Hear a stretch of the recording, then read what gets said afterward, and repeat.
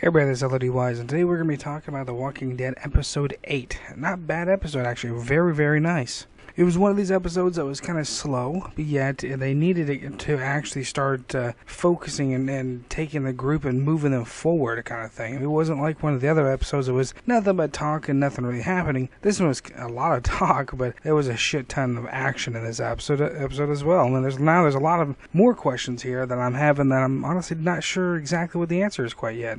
You know, like the whole Spencer thing. Did he actually want Rick to be killed off? I think he did, actually, because when he was saying that, then that's when he started to, when Negan started, actually pointed that out. This is when Spencer started backpedaling a lot. And at that point, you kind of see where Spencer was like, oh shit, which direction was it actually going to be going? And I think that's, kind of what he was thinking at the very end until he was fucking gutted. That was pretty gnarly. I mean, then of course, some other really major shit started coming into the light. And that's when Negan seriously got his major prize, or his buck, or whatever the hell you want to call it. Because he has freaking Eugene now, the bullet maker. Now, I really seriously believe that Negan would have wiped everybody out, or killed quite a few of them, a lot more than what he did, just because, of course, they had their gun and whatever else. But now, since he has a bullet maker, I think he's going to, of course, beat the shit out of Eugene a little bit, but he is definitely going to go ahead and utilize that. Even when he finds out that freaking Daryl is gone, I think he's definitely going to be keeping around, because he knows, what help this guy's actually going to be doing for his group, because bullets is one thing his group definitely freaking needs.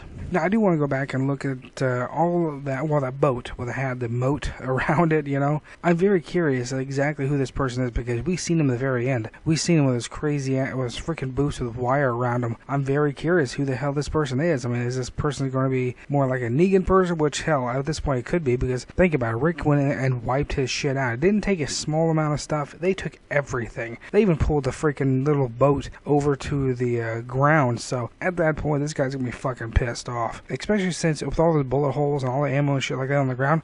What I'm thinking about, maybe he was fighting against a Negan's group anyways, and now all of a sudden they have all of his stuff. So this is, wow, this is definitely kind of an interesting twist. I really honestly don't know who this character is. I mean, hell, it could be another Wolf for all we know, because we know that group is still out there.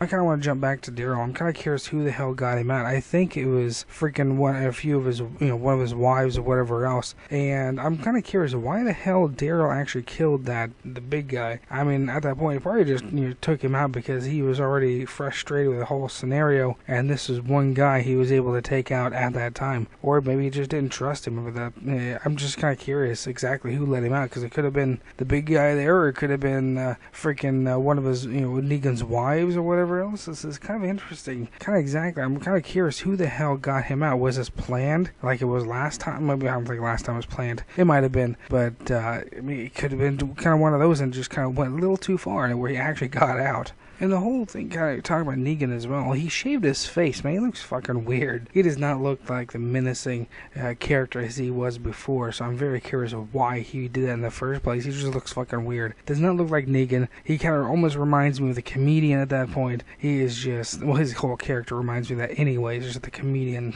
way he is and stuff like that. And I will have to say, this is my final thoughts here. This was a great episode. I really liked how they did this, where it was actually more or less a world building. I mean, this is kind of pushing everybody into a different direction, whatever else, try to start the wheels of motion to wiping Negan's group out, which I really hope they don't do that in one episode. I really want them to drag this out a little bit. I mean, really kind of expand the life of the show just a little bit longer. Just don't just show your cards and call it done. So you kind of, drag it out just a little bit. Well, honestly, guys, if you like this, hit those like button, hit the subscribe button, leave those comments and theories. I definitely read them, and I'll catch you guys next time.